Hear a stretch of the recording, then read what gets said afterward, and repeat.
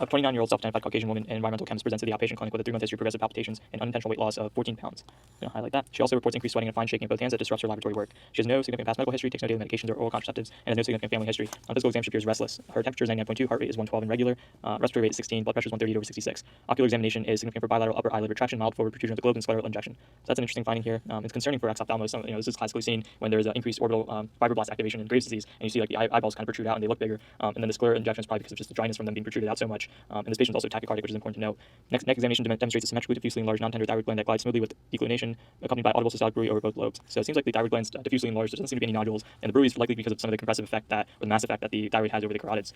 Fine rapid postural tremor is noted when her arms are extended. Okay, so tremor is important to note here. Inspection of the lower extremities revealed indurated, non-pitting erythematous plaques over the anterior aspect of both shins.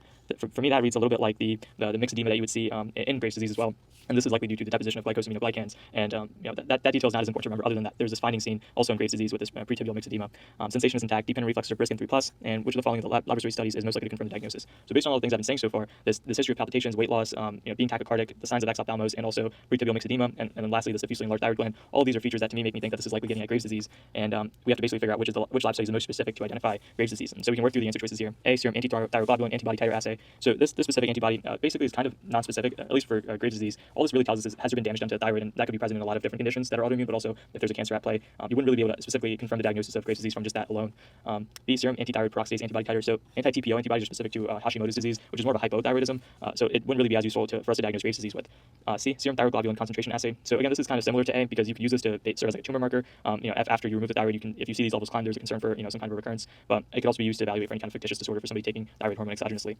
D, serum thyroid stimulating hormone receptor antibody titer assay. So this is actually the right answer here. So anti-TSH receptor antibodies is what you want to look for when you want to diagnose Graves' disease. Because if you remember, pituitary terrible handwriting here. Let me try that again.